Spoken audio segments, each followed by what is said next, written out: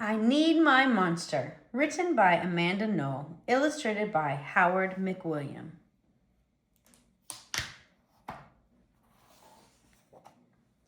Tonight, when I looked under the bed for my monster, I found this note instead.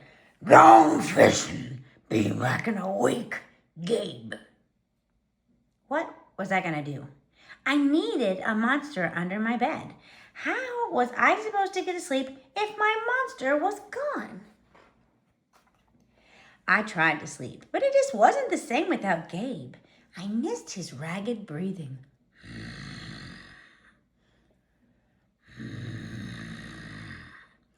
His nose whistling.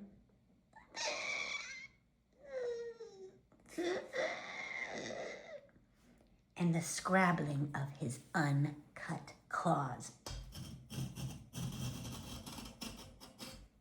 How would I ever get to sleep without Gabe's familiar scary noises and his spooky green ooze? It was no use. Gabe would be gone for a week, and I just had to have another monster. I climbed quietly out of bed so my parents wouldn't hear me. Grown-ups have some strange idea about monsters under beds. I knocked on the floorboards, then scrambled back under my covers. I waited nervously. Would a new monster appear? What would he be like? Would his snorting be as cheerful as Gabe's? When I heard some creaking under my bed, I knew that the substitute monster had arrived. "Good evening," said a low, breathy voice. "My name is Herbert, and I will be your monster for the evening." Herbert? What kind of name is that for a monster? You don't sound scary at all. Have you ever scared a kid before? Well, no, but I have read all the best books on the topic. Do you have long teeth and scratchy claws? I asked. No, but I have an overbite, and I'm a mouth breather. Listen.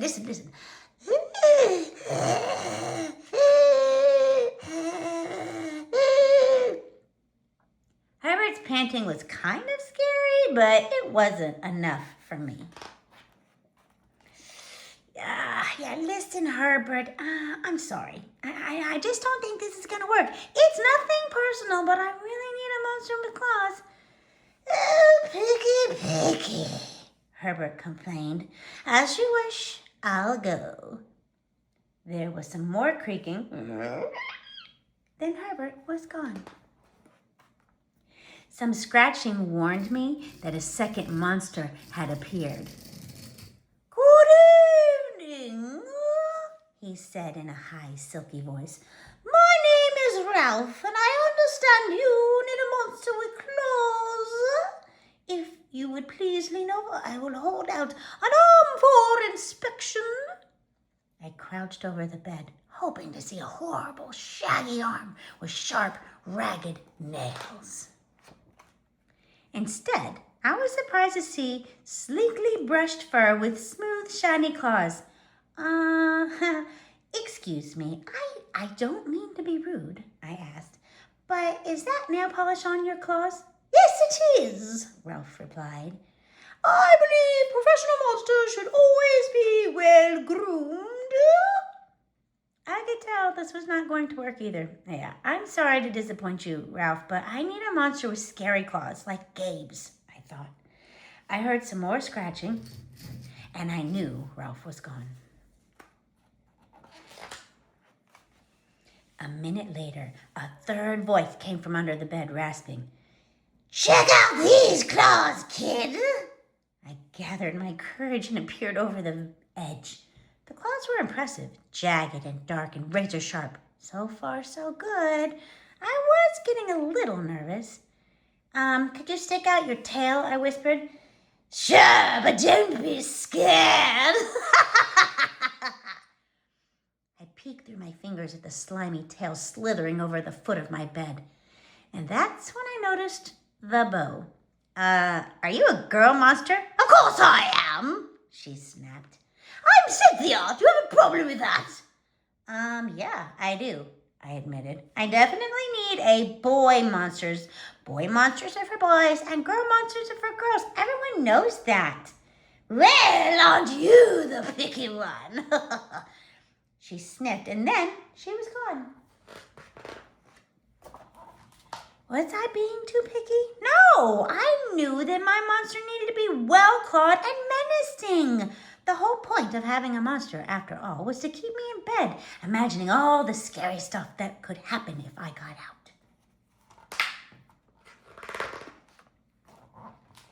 Then I heard a shuffling noise and some slobbering.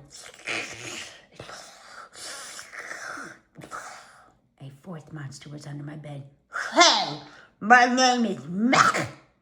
One look at his claws proved that Mac was a big, scruffy boy monster. I shivered. Oh, maybe this one would work.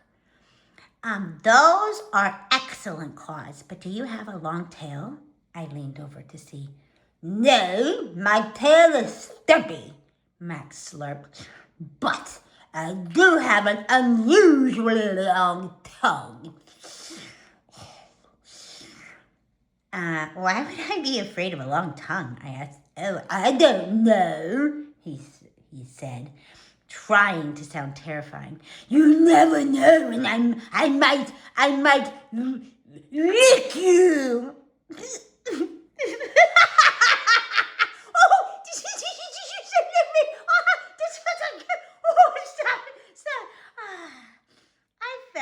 Back on the bed, laughing.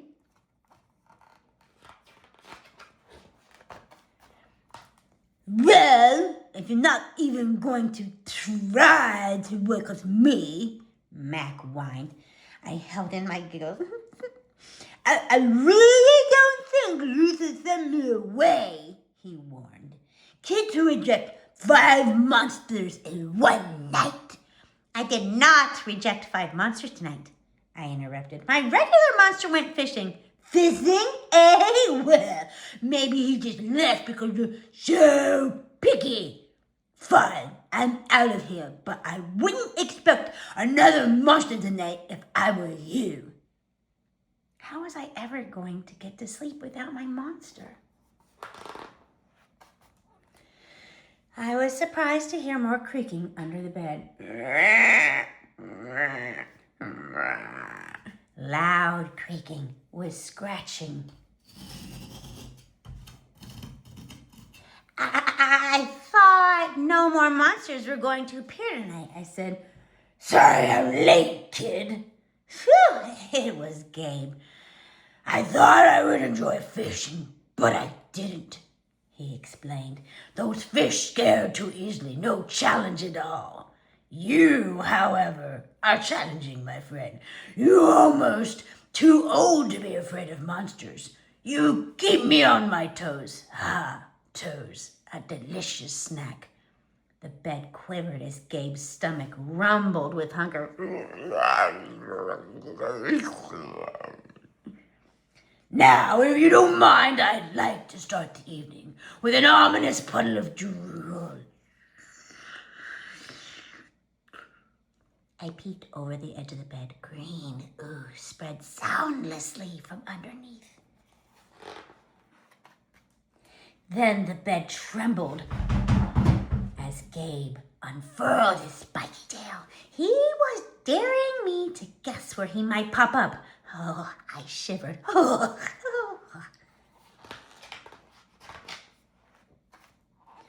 So, you had some substitute monsters tonight, Gabe said, sharpening his claws on my bedpost.